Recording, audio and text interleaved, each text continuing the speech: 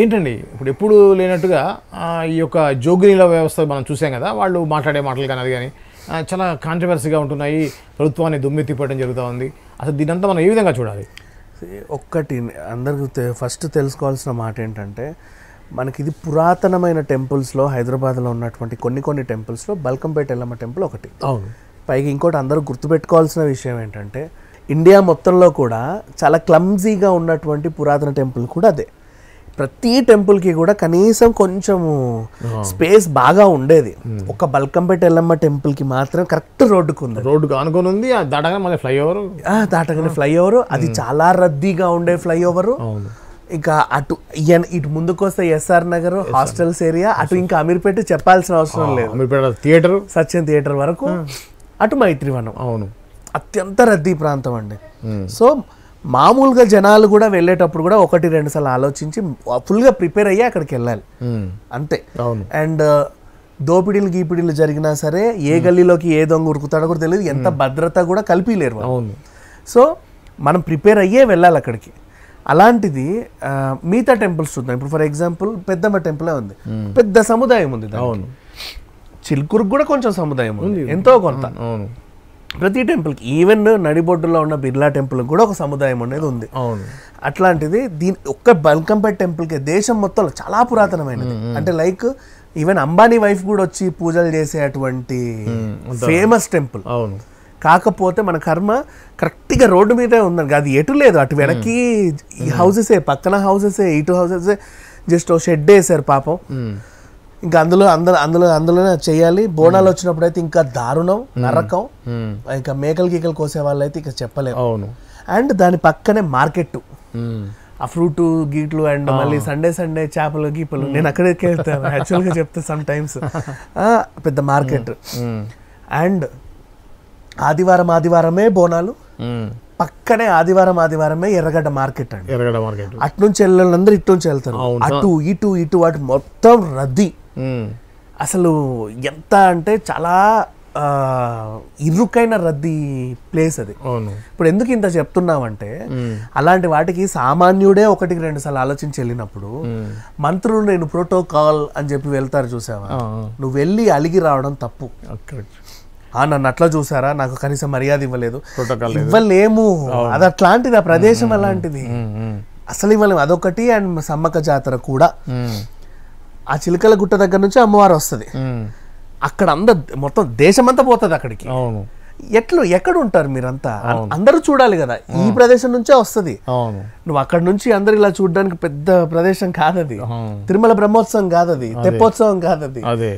అక్కడ ఎంత దగ్గర అక్కడ నిలబడాలి. నెక్స్ట్ వెళ్ళే గద్దెలు కూడా అంతే ఉంటాయి, అక్కడ నుంచి అక్కడికి వెళ్ళాలి. ఆ టైంలో కూడా మీరు ప్రోటోకాల్ అంటే జనాలందరూ ఇబ్బంది పడతారు, కోట్ల మంది వస్తారు అక్కడ.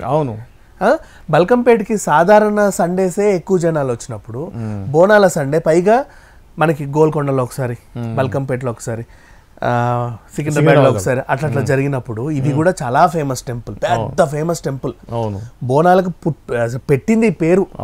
ఆ టైపు మీరు వెళ్ళాలనుకుంటే కొంచెం మిగతా జనాలు వాళ్ళ వల్లే కదా నువ్వు వచ్చావు, వాళ్ళని ఇబ్బంది పెట్టకు, నువ్వు ఇబ్బంది పడకు, వెళ్ళు, కాదనలేము.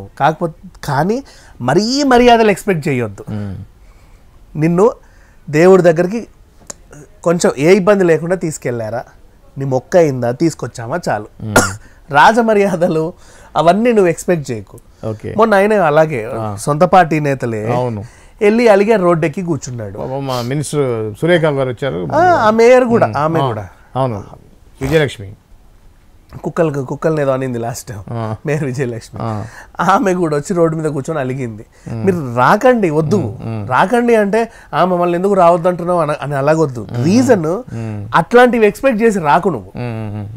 మామూలు జనాలకు కూడా పాపం వాళ్ళకి తొందరగా వెళ్ళి ఆ దర్శనం ఏదో చేసుకొని, ఎందుకు చెప్పనా, బోనాలు అంటే వీళ్ళు దేవుడికి మొక్కుని కోడిని మేకని కోసుకుంటారండి. అందరికి లంచ్ టైం పీక్సే, తొందరగా వెళ్ళొస్తే కోడిని కోసుకొని లంచ్ చేయాలి.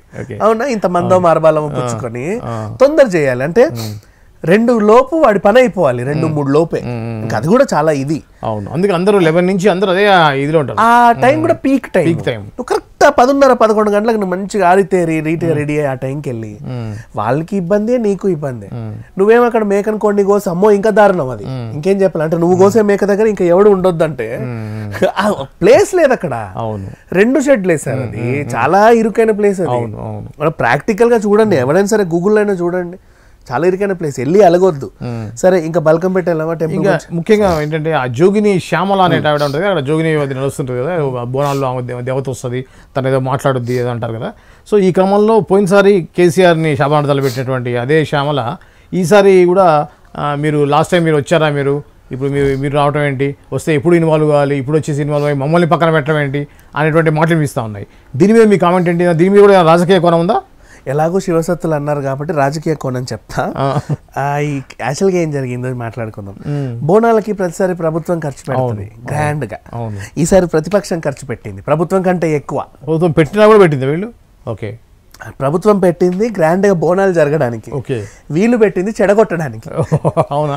కేసీఆర్ కేటీఆర్ ప్రత్యేక దృష్టి పెట్టి ఈ శివసత్తులందరికీ డబ్బులు ఇచ్చి, అవసరానికి మించి ఇచ్చి, అంతకు మించి ఇచ్చి, వేలల్లో ఇచ్చి, లక్షల్లో ఇచ్చి, ప్రతి ఒక్కరి చేత ఈ గవర్నమెంట్ నాశనం గాను అని చెప్పి శాపనార్థాలు పెట్టించారు. ఇప్పుడు అది జరుగుతుంది. అంటే మీరు చెప్పినట్టుగా ఏ ఒక్క అవకాశాన్ని కూడా వాళ్ళు వదులుకోవట్ల బోనాల సాక్షి. ఎందుకంటే ఇక్కడ మనకి సంవత్సరానికి ఒకసారి చెప్పే రంగము అందరు బాగా పట్టించుకుంటారు. మొత్తం 2 తెలుగు రాష్ట్రాలు ఉగాది రోజు ఉగాది పంచాంగ శ్రవణాన్ని ఎంత ఇదిగా అయితే చూస్తారో, తెలంగాణ ప్రజలు ముఖ్యంగా హైదరాబాద్ రంగం వింటారు.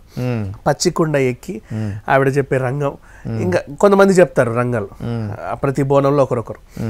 వాళ్ళు చెప్తే ఏదో ఇది అవుతుంది అది అవుతుంది, అందరు బాగుంటారు, ఆ వర్షాలు వస్తాయి, పంటలు బాగుంటాయి అన్నీ చెప్తుంది. ఆ టైంలో ఈ ప్రభుత్వం కూలిపోతుంది, నాశనం అయిపోతుంది అని చెప్పిస్తారు వాళ్ళు. అలా అనమాట వాళ్ళు. అండ్ సిగమూగే వాళ్ళు ఉంటారు కదా, వాళ్ళకు కూడా డబ్బులు ఇచ్చి కేసీఆర్ కేటీఆర్ చాలా మందితో చెప్పిస్తున్నాడు. వాళ్ళందరూ ఏం చేస్తున్నారు, టెంపుల్ దగ్గరికి వెళ్ళి ఈ ప్రభుత్వం కూలిపోద్ది, ప్రభుత్వం నాశనం అయిపోద్ది, ప్రభుత్వం కూలిపోద్ది, ప్రభుత్వం నాశనం అయిపోద్ది ఇది. అండ్ మనం కూడా చెప్పాల్సింది ఏంటంటే, దయచేసి జనాలు ఎవరైనా సరే వీళ్ళ మాటలు విన్నప్పుడు ఓకేనా, అనవసరంగా మోసపోకండి. వాళ్ళు చెప్పేవి ఏవి జరగవు మీకు, మీ నమ్మకం మీకు ఉండొచ్చేమో తర్వాత సంగతి. కానీ వాళ్ళు కొన్ని డబ్బులు కమ్ముడుపోయి ఇలా ఎవరైతే చెప్తారో వాళ్ళని దయచేసి నమ్మాల్సిన అవసరం ఏమీ లేదు.